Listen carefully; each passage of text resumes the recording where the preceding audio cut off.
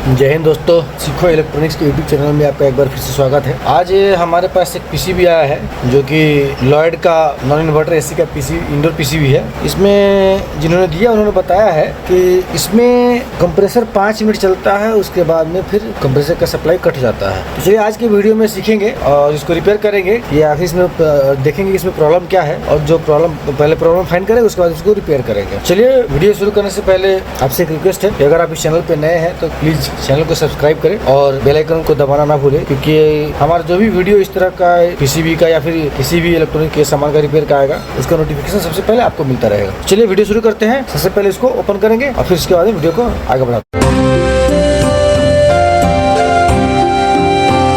तो साथियों ये हमारा पीसीबी पूरी तरह से ओपन हो गया है और इसमें जो भी इसके कनेक्शन है मोटर के वो सारे कर दिए गए हैं।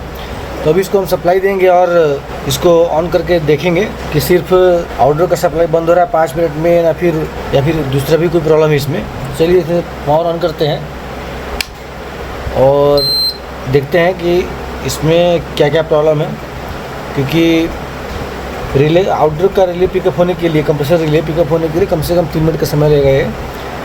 तो फिर देखिए हमारा मोटर चालू हो गया है और अब हमें 3 मिनट वेट करना है ताकि हमारा रिले ऑन हो और आउटडोर को सप्लाई जाए। तो चलिए साथियों ये देखिए हमारा रिले ऑन हो चुका है और ये सप्लाई जो कंप्रेसर पर जाता है वो जा चुका है। अब ये देखना है कि कितने देर में बंद होता है, क्योंकि जिन्होंने दिया उन्होंने बताया कि 5 मिनट में इसका रिले ड्रॉप कर जा रहा है। तो बेसिकली होता क्या है, इसमें अगर सेंसर के प्रॉब्लम से मैक्सिमम चांस है कि ये प्रॉब्लम आता है। सेंसर का अगर वैल्यू कम हो गया है या बहुत ज़्यादा हो गया है तो कि सेंसर फीडबैक देगा माइक्रो कंट्रोलर को, तब जाके रिले को सप्लाई मिलता है रिले कॉइल को और ये रिले ऑन होता है। तो ऐसे केसेस में देखा गया है कि ज़्यादातर सेंसर ख़राब होते हैं। तो ये देखते हैं कि कितने देर में ड्रॉप करता है। अगर 5 मिनट ड्रॉप करता है उसके बाद सेंसर चेक करेंगे। सेंसर चेक करने के बाद में फिर उसको देखेंगे कि सिर्फ सेंसर से चेंज करने से सही हो रहा है या फिर और भी कुछ प्रॉब्लम है। तो साथियों 5 मिनट हो गया है और ये हमारा कंप्रेसर का रिले जो है आउटपुट जो देता है वो ड्रॉप हो चुका है। चलिए इसमें सप्लाई बंद करते हैं, फिर चेक करते हैं कि इसमें हमारा क्या प्रॉब्लम है। तो साथियों हमने इसका पावर सप्लाई ऑफ कर दिया है। अब इसमें हम चेक करेंगे कि आखिर क्या प्रॉब्लम है, जिससे कि 5 मिनट बाद में जैसे 5 मिनट हो रहा है कंप्रेसर ऑन हो गया, फिर कंप्रेसर ऑफ हो जा रहा है, पावर से मतलब उसका रिले ड्रॉप कर जा रहा है, जिसके कारण कंप्रेसर बंद हो जा रहा है। तो जनरली ऐसा देखा गया है किसी भी पीसीबी में कि अगर जो कंप्रेसर का रिले है, जो नॉन इन्वर्टर एसी के पीसीबी है, उसमें कंप्रेसर का जो रिले है वो एक्चुअली चलता है थर्मिस्टर के द्वारा। ये जो थर्मिस्टर है इन दोनों थर्मिस्टर के थ्रू ही चलता है, क्योंकि ये फीडबैक देते हैं माइक्रो कंट्रोलर को और माइक्रो कंट्रोलर फिर रिले के कॉइल को सप्लाई देता है, जिसके कारण रिले ऑन होता है और वो आउटडोर को सप्लाई देता है। तो सबसे पहले हम इसमें यही चेक करेंगे कि इसका थर्मिस्टर जितने वैल्यू का लगा है वो है कि नहीं, उतना वैल्यू का थर्मिस्टर है कि नहीं, या फिर थर्मिस्टर और माइक्रो कंट्रोलर और रिले के बीच में जो उनका सीरीज है उसके बीच में कोई कंपोनेंट शॉर्ट तो नहीं है जिसके कारण से सप्लाई ब्रेक हो रहा है। तो इन सभी चीज़ों को हम चेक करेंगे। सबसे पहले इसका हम थर्मिस्टर चेक करेंगे, थर्मिस्टर का वैल्यू। उसके लिए हमें देखना होगा कि पीसीबी के अंदर थर्मिस्टर का सीरीज में कितने का रेजिस्टेंस लगा है। जितने का रेजिस्टेंस होगा उसी का आसपास में ही थर्मिस्टर लगता है। तो चलिए पहले इसका हम थर्मिस्टर निकालते हैं, क्योंकि अगर हम इसमें लगा कर चेक करेंगे तो आधा वैल्यू आएगा, क्योंकि ये पैरेलल में हो जाता है। तो चलिए इसको हम दोनों थर्मिस्टर को निकाल लिए। अभी हम इसमें वैल्यू चेक करेंगे इसमें ये कितने वैल्यू का है। इसको पलटी मारेंगे और ये है हमारा थर्मिस्टर सेक्शन। तो यहाँ पे हम देखेंगे कि कितने वैल्यू का मतलब लगा हुआ है। चलिए ऐसे तो ये दिख नहीं रहा है इतना करीब से, तो इसको हम तो आप देख सकते हैं साथियों यहाँ पे ये जो थर्मिस्टर एक देखिए एक 2 पॉइंट है थर्मिस्टर के, ये 2 पॉइंट है थर्मिस्टर के। इधर वाला आपको ये वाला जो है ये है रूम सेंसर का, ये है कॉइल सेंसर का।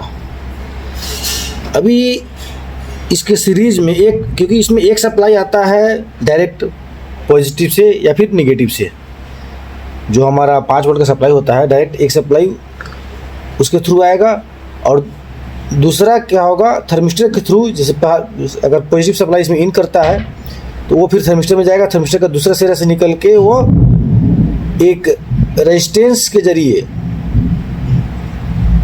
हो जाएगा निगेटिव को।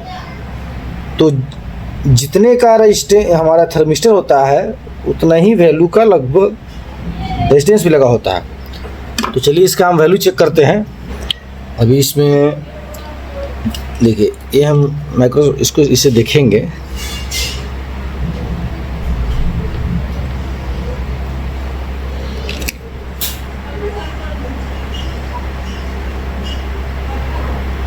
ये देखिए, आपको जूम करने से पता चल जाएगा। ये जूम किया हुआ है, ये वैल्यू दिखा रहा है 8061। 8061 का मतलब है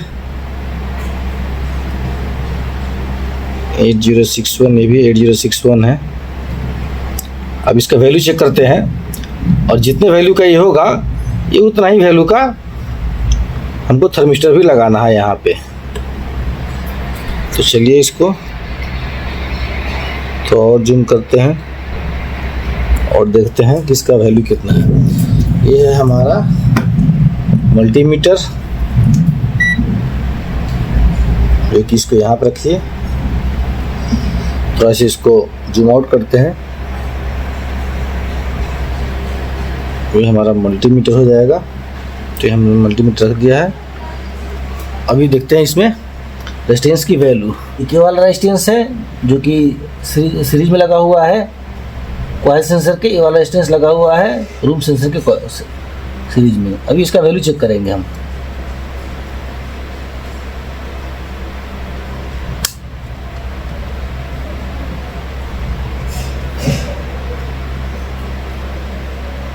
मतलब 8K इसका वैल्यू आ रहा है 8K, और ये वाला रेजिस्टेंस का वैल्यू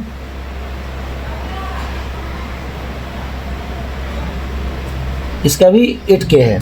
दोनों रेजिस्टेंस का वैल्यू 8K है। मतलब हमारा जो सेंसर होगा वो भी उतना ही वैल्यू का होगा,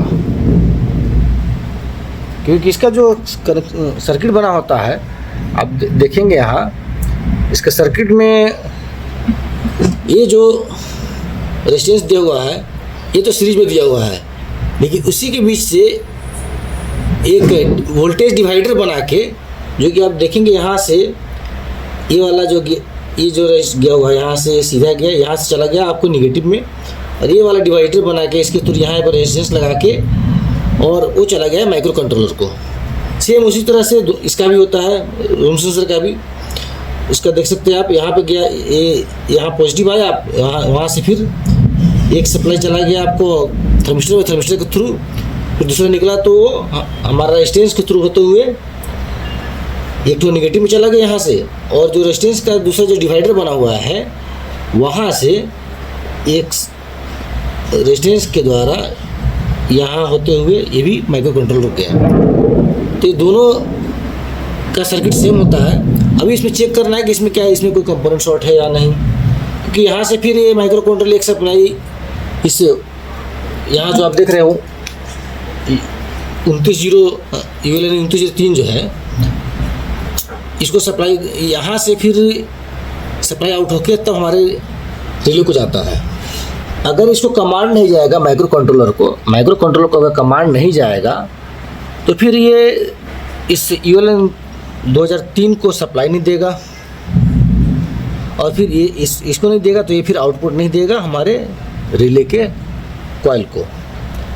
तो सबसे पहले हम इसको चेक करेंगे, हमारा जो थर्मिस्टर है इसको चेक कर लेंगे कि हाँ थर्मिस्टर हमारा सही है या नहीं, क्योंकि 8 किलो ओम्स इसका वैल्यू आया है। अगर 8 किलो ओम्स इसका वैल्यू है तो थर्मिस्टर का वैल्यू भी 8 किलो ओम के आसपास ही होना चाहिए। तो चलिए देखते हैं। तो सबसे पहले हम लोग लेते हैं, सबसे पहले हम चेक करेंगे रूम सेंसर का वैल्यू कितना आ रहा है। तो क्योंकि जो थर्मिस्टर लगा हुआ है उसके अंदर भी रेजिस्टेंस होता है NTC, देखिए 7.40 रूम सेंसर। तो साथियों हमने रूम टेम्परेचर सेंसर को जो थर्मिस्टर है उसका तो वैल्यू चेक कर लिया।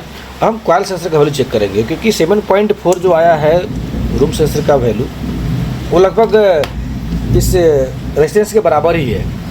अभी हम इसका चेक करेंगे कॉइल सेंसर का कि इसका वैल्यू कितना है,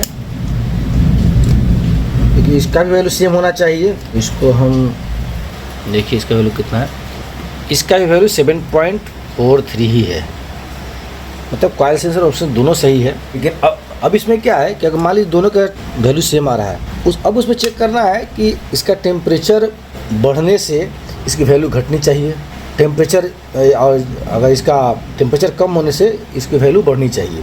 ये भी चीज़ मायने करता है, क्योंकि अगर वेरिएशन इसमें नहीं रहेगा तो फिर ये कमांड नहीं दे पाएगा किसी भी मतलब माइक्रो कंट्रोलर को।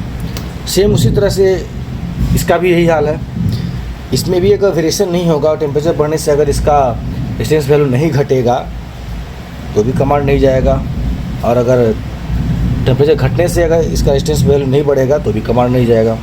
तो वो भी चीज़ देखना है। उसके बाद में हम फिर यहाँ पे इसके जो भी आप देख सकते हैं यहाँ पे जितने भी रेजिस्टेंस लगे हुए हैं इसको मैंने इसको चेक किया है, ये ट्रांजिस्टर भी शॉर्ट नहीं है और ना ही यहाँ का कोई रेजिस्टेंस शॉर्ट है।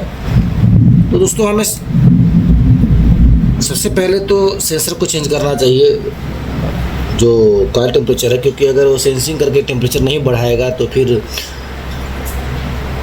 बहुत सारे पीसीबी में कमांड होता है कि इसके अंदर गैस फ्लो नहीं हो रहा, जिस कारण इंडो ठंडा नहीं हो रहा है।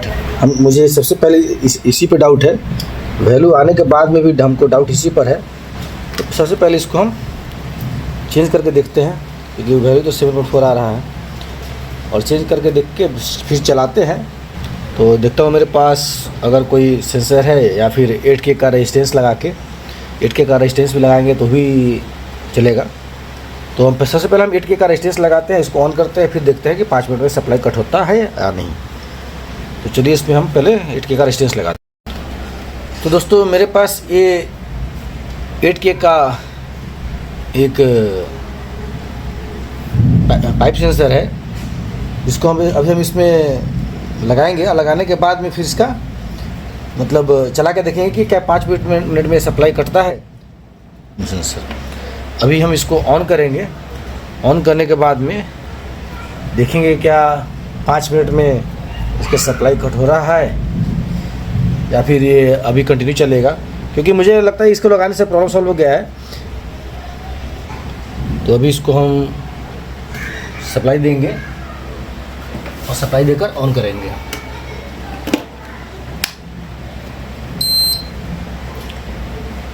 इसको ऑन किया है और अभी आप देख सकते हैं कि हमारा मोटर स्टार्ट होगा थोड़ी देर में।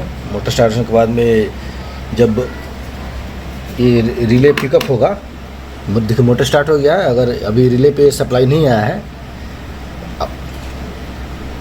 जैसे रिले स्टार्ट होगा सप्लाई चला जाएगा। उसके बाद हमें 5 मिनट इसको ऑब्जर्व करना है।